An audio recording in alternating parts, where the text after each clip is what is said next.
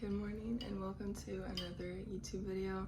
Today I'm going to be talking about my modeling journey and I guess my modeling story, how I got into modeling and answering all of your guys' questions that you asked me over on Instagram about my experience modeling. So yeah, let's get into it. I had breakfast already a little while ago and now I'm sipping on some coffee with raw milk. So good. Okay, so I got into modeling when I was 17. I moved to New York when I was still in high school and I transitioned to doing online school to finish out my senior year of high school.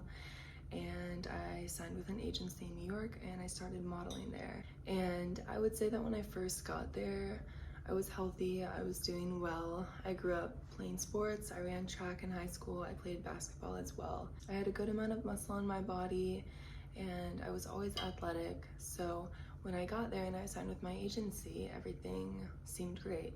Maybe I'll put some pictures here of some of my first jobs. There was this one job I did for Disney where I was dressed up as Alice in Wonderland, which was pretty fun. But there were also things that just didn't fit me right away. Like I have a size 12 foot and I'm probably more close to like a 13 women's now that I've been not wearing shoes for a couple years and I feel like my toes have really spread out and so now I just need a bigger shoe size.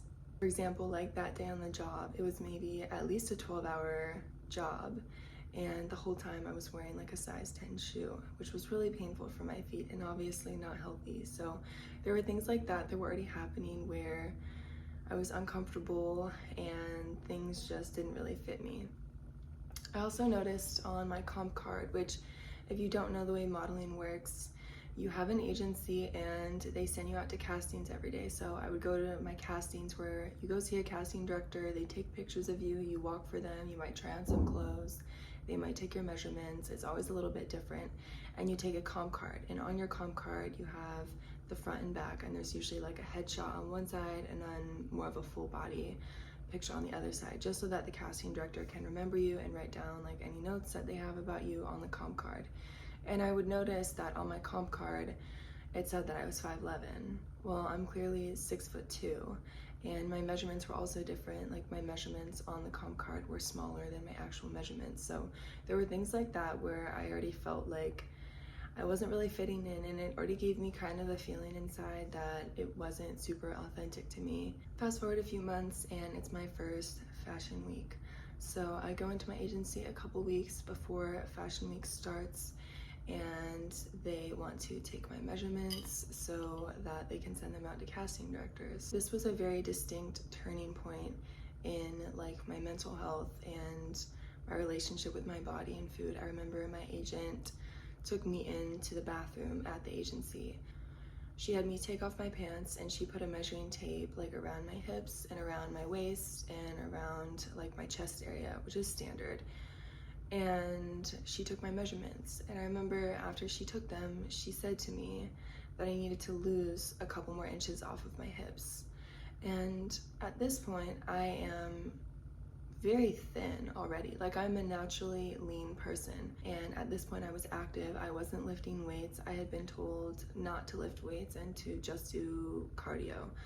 So that was already going on, and I think that I had already had a little bit of a restriction mindset when it came to food. Like I definitely had been already leaning towards a little bit of an unhealthy relationship with food, just because I did notice that casting directors preferred like very thin girls. Like it's very obvious in who they liked and who would get the job, and my comp card literally had smaller measurements than my actual measurements, so that was obviously preferred to have smaller measurements. So I was already kind of inching in that direction, and then when she said that to me, I also had to get there in like a couple weeks. I just remember something clicked inside of me, and it was all of a sudden like I just knew that I needed to lose weight, and I started eating a lot less from that point on. Like I was doing fasted cardio in the mornings. I would go to like a cycling spin class at Equinox and do that fasted, and then I would have like a coffee with some almond milk after that in the morning, and then I wouldn't really eat until later in the day. I might like a snack, and then I would have like a more filling dinner, but it was still like a very small dinner. I was probably eating under 1,000 calories a day, which was very unhealthy, especially for someone my size. Like, I'm 6'2", and I would say that now I eat probably 3,000 to 4,000 calories a day, and I don't track my food, I eat intuitively. So I know that my body naturally needs a lot of energy and a lot of fuel just to maintain itself, because I am a large person. And that was the case with me growing up too. And from that moment on, I lost a lot of weight. I'll insert some more pictures and things so you can see what I'm talking about. But I was probably 120 pounds. Like, I was very thin, very unhealthy, very underweight. And this is what my agency preferred. Like, I would go into my agency at this really low weight and get a lot of compliments about the way that I looked and about my body. So it reinforced the idea that this was better for me, that I needed to be really thin to be successful in the modeling industry. So yeah, I kept modeling for years. I just had a really terrible relationship with my body and with food, and I really struggled. It was an everyday thing. I felt very weak. I felt lifeless. I literally didn't laugh, and if you know me now, I literally laugh so much every day and have such a good time. And I was just really not having a good time. I felt like I had no personality, no fun. Like, I didn't have any energy to do anything. I just felt so weak and so sad. And also during this time, I was living in a model's apartment with like 15 or 20 other girls. And this is something that I don't think is really talked about in the modeling industry, like the living situations. So to be straight up, agencies completely take advantage of younger girls. Like, I was paying, I think, $2,400 per month to have a bunk bed in a room with 6 girls in a house with many more girls. Like, we were crammed in there like sardines. I remember it was this brownstone in Brooklyn.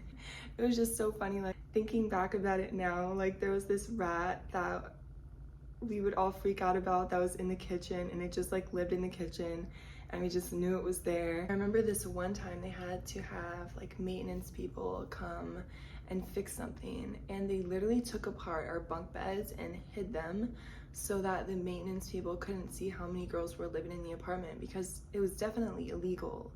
Like, there's definitely laws against having so many people pay rent for such a small space. So that was also a part of being a model and being a young girl in the modeling industry. I felt very taken advantage of by my agency, especially as a young girl, like 17, 18, 19. I wasn't really in contact with my parents at all at this time, and that is part of why I got into modeling, was because I wanted to get out of my home situation, because basically they can do whatever they want. I remember my agency would charge me for these fees that they would just make up. Like, I didn't know where the fees came from, and it was basically just to take money from me, because basically when you book a job, your agency gets 20% of what you make, and then they take out of your pay your expenses, so like your rent, your comp cards, like anything that they print for you, your book that they make for you, and then they can make up other expenses too. And as a young girl, it was like I didn't really know how to stand up for myself in those situations. I wanted to make it as a model. I wanted to stay in good graces with my agency. And anyway, so I ended up taking a break from modeling for a couple years when I was like 20, 21. And I lived in Idaho and Colorado during this time, and I was really focusing on healing my relationship with my body, and I made a lot of progress during this time. It was good for me to not have to be so skinny, and I regained my period here, which was really good, and I just started to feel healthier. So fast forward, I spent some time out of the modeling industry, and then I wanted to get back into it again. So I ended up going to New York. I was with a different agency at this time, and this is like after all the COVID stuff happened. And I did some more shows and a couple more jobs, and I was really unhappy while I was there. I was just not happy living in the city. I felt so disconnected from nature, and so I decided to leave New York again after that, and I went to LA to do some modeling there. And I was hoping to do like more fitness modeling, and it would give me the ability to be by the ocean and be able to have more access to nature, because in New York I just felt so cut off from that. So this was last year that I was in LA, and I got to LA and I hadn't signed with an agency yet. And so what I'm about to share with you guys wasn't like in the modeling industry. I need to take some deep breaths. This was not a part of me being in the modeling industry. However, it did play a very big role in me deciding that I wanted to leave the modeling industry. And so I got to LA last year and I met some people and I started dating this guy. And we had a lot of mutual friends, and basically things got very dark. He ended up holding me hostage and psychologically torturing me, and he didn't let me sleep for a few nights when he had me. And like I would fall asleep a little bit and he would shake me awake, so I was kind of like in this weird delirious state. And the whole time he was like whispering in my ear and talking to me, telling me these like really vile things. And when you're in like that sleep-wake state, your brain is like kind of spongy to describe it. So I was sleep deprived, I felt delirious, I was also being drugged by him. And in this state, it was like the things that he was saying to me started to feel real. And it's something that I don't think I'll ever be able to like explain or describe, but it was very, very scary and very traumatic. And talking about it is bringing up some emotions for me.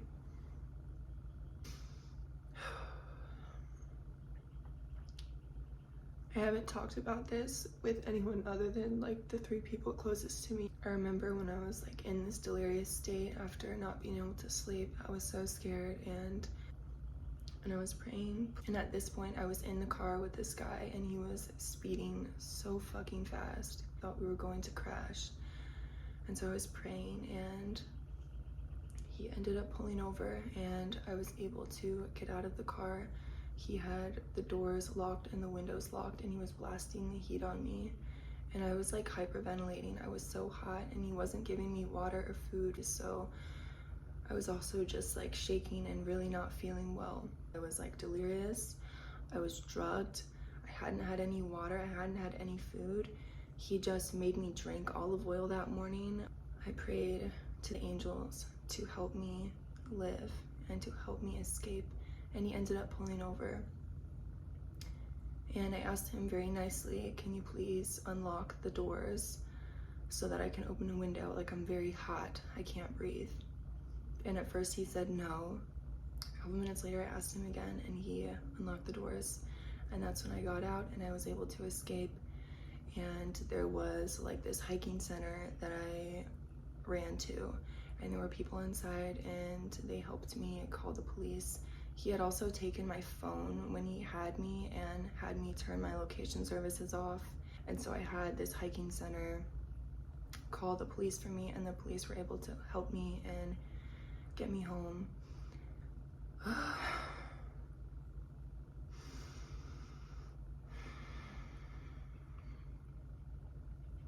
They were unable to like convict this guy of anything. The only thing I could do was get a restraining order against him. So it was a very traumatic thing for me, and I had PTSD after this.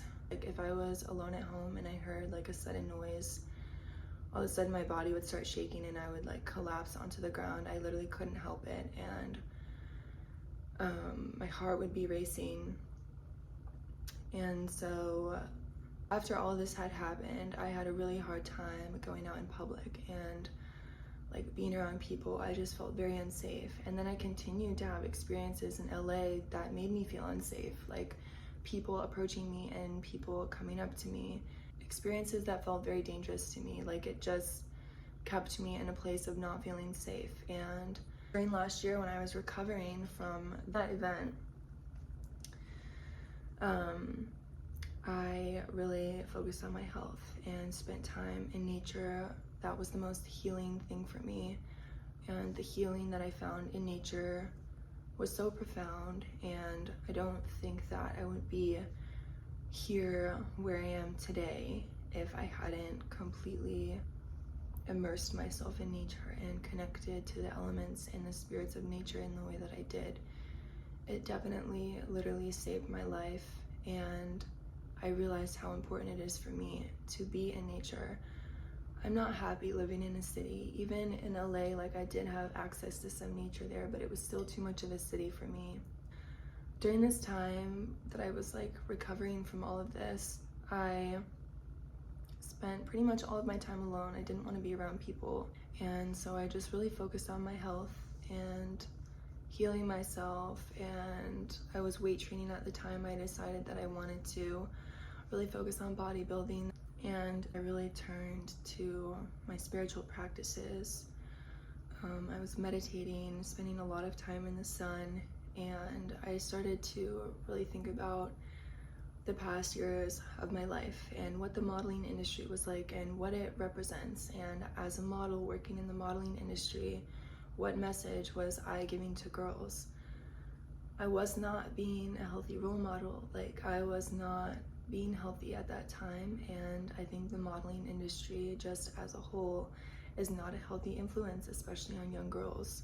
I completely detached from doing any modeling work, and this allowed me to completely just focus on my health and listen to my body, and I gained a really healthy amount of weight during this time, which felt so good for me.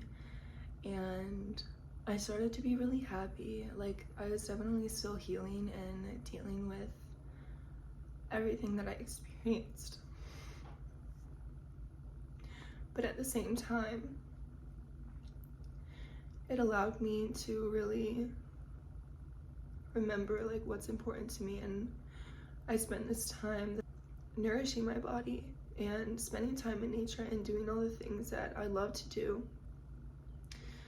And I started to realize that I didn't want to be a conventional model anymore. I didn't want to be a role model for girls that was unhealthy. I want to be a positive role model for girls. I struggled for so long with my body image and my relationship with food, and I felt completely terrible and lifeless, and like the life force had been drained out of my body when I was in the modeling industry, always trying to focus on how can I be pretty, like how can I manipulate my body and do these things to make myself pretty and more attractive so that I can get these jobs, so that I can look this way, and so that these casting directors will like the way I look, and I can have a small waist and like small hips. Like, fuck that. I started to feel so much better just eating when I wanted to eat and spending time in nature. And I have an ass, like, and I like that. And I didn't want to get rid of it again. Just to get back into modeling after all of this and feel unhappy again? No way. So, and at the same time, I was really getting into bodybuilding, and this was so fun for me. I just really loved feeling strong and healthy, and so, yeah, I just laugh because the way that I felt when I was in modeling and constantly like trying to look a certain way and eat a certain way to make my body look a certain way, I felt terrible. And then I started just doing whatever I wanted and not caring about how I looked, and eating when I was hungry and eating what I craved, and just stopped giving a fuck about what anybody thought. I truly believe that everything happens for a reason, and I don't know if I would have made this decision, at least this soon, to leave the modeling industry if that event wouldn't have happened to me. I took an intermission to take some deep breaths because I never thought that I would be sharing like what happened to me last year, especially on the internet. I wasn't really doing social media last year at all yet, and it is a really important part of why I left the modeling industry. That event was a catalyst. It forced me to really dive into and dedicate myself to my spiritual practices and to my health, and trust in my body's ability to heal, and trust in the healing that I found in nature, which was absolutely incredible. After that, I decided I didn't want to live in a way that was inauthentic to me anymore, and the modeling industry was inauthentic for me. Always having to lie about like my height. I am 6'2". I'm actually a little over 6'2", and 5'11" is considered like the top tall limit.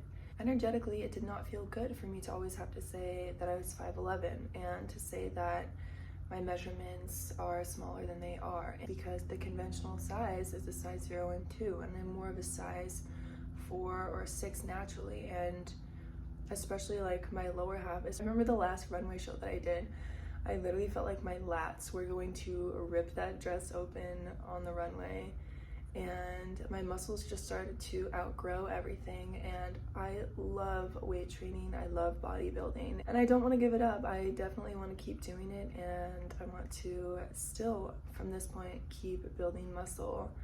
I think I'd like to gain like 10 or 15 pounds more muscle. It's something that I love, and I don't want to sacrifice doing what I love, or my health, or my happiness for something that I don't even really like. Like, I never really enjoyed going to photo shoots in a studio. I do modeling now, but for brands that are aligned with my lifestyle and that love me for who I am, and I can be authentic with them and with my audience here. I cannot imagine doing this again. I had to stay out of the sun because casting directors, especially in New York, they wanted you pale. Like, you could not have a tan. If I ever had a tan and spent some time in the sun, I would get comments about it. They did not like it. Like, they want the models pale. And so, of course, I wasn't feeling good. That's another thing that contributes to poor health, is sunlight deficiency. And so, yeah, I could just never be a conventional model again the way that I was. It is like too restrictive and too, it was not authentic for me. I cannot fit in that box again. And that's why it made me so unhappy, because I was trying to be someone and fit into a box that didn't fit me and was inauthentic for me. And important, you guys, like, being authentic to who you are and being who you really are will make you feel so good. And if you're not feeling good because you're not being authentic, there's a reason for that. It energetically doesn't feel good. Your soul is telling you, like, this isn't right for you. And authenticity is truly your superpower. It is a very powerful thing. And when I stopped caring about how I looked to other people and trying to change my body to look a certain way and eat a certain way to look a certain way and fulfill a certain body standard, it completely changed my life. I started to feel actually beautiful for the first time, and like beautiful from within. And I noticed that when I listened to my body and ate what my body craved, it's like I just felt the life force come back into me. And I started to notice that it was reflected on my physical body as well. Like, if you look at the pictures of me back when I was in the modeling industry and the pictures of me now, I look completely different. I have people message me that say, "Is that even you?" And like, yes, that is me. When you focus on your health as your priority over trying to fit an unhealthy or toxic beauty standard, your body is naturally going to change and evolve as you give it the nutrients that it needs to thrive and to be healthy. And this is why I say healthy is beautiful, because it is the truth. The most beautiful version of you is the most healthy version of you. And I'm not just saying that as like a surface level thing and referring to your beauty on the outside. It's really important in this life to focus on your health. And the version of you that the world needs is the healthy and live version of you, the version of you that is full of life and vitality, because that is the version of you that is able to really be a connection between heaven and earth and embody who you truly came here to be. The health of your physical body on earth is incredibly important, and I chose to leave the modeling industry because I chose my health over the validation of being a model and being in the modeling industry and listening to everyone around me telling me that I should be a model. And it was the best decision ever. I'm so happy I made that decision, and I'm so happy now. I also want to say to all of the girls that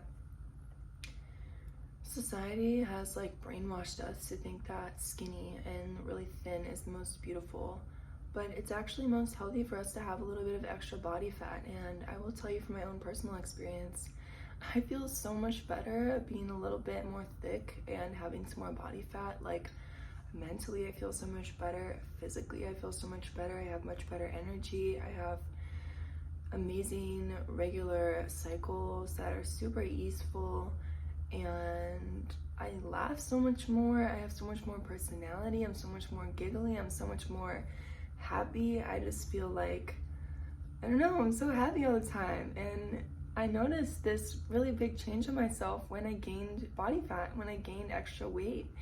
And it might sound silly, but it's so true. Like, we are made to have some extra body fat on us. It's what's most healthy for our hormones and just the way that we are made. So if you feel like you're stuck in that mentality of wanting to be really thin and lean and toned, like, just know that the most healthy version of you is the most beautiful version of you. And if you're hungry, you should eat. If you're craving something, you should eat that. You should nourish your body. And so this is why I talk about what I talk about, because it has truly changed my life, and I genuinely feel like a different person than I was a couple years ago. I'm about to wrap up the video, but another thing that I want to include is after COVID and everything, it became mandatory for models to be vaccinated and to like have updated vaccines and everything. And there was no way I was going to get vaccinated for modeling or get vaccinated for anything. So that was another like sign for me that it was time for me to leave the modeling industry. So I think I'm gonna wrap the video up here, and thank you guys for watching. If you've gotten to this place, I love you so much, and I'll see you on the next video.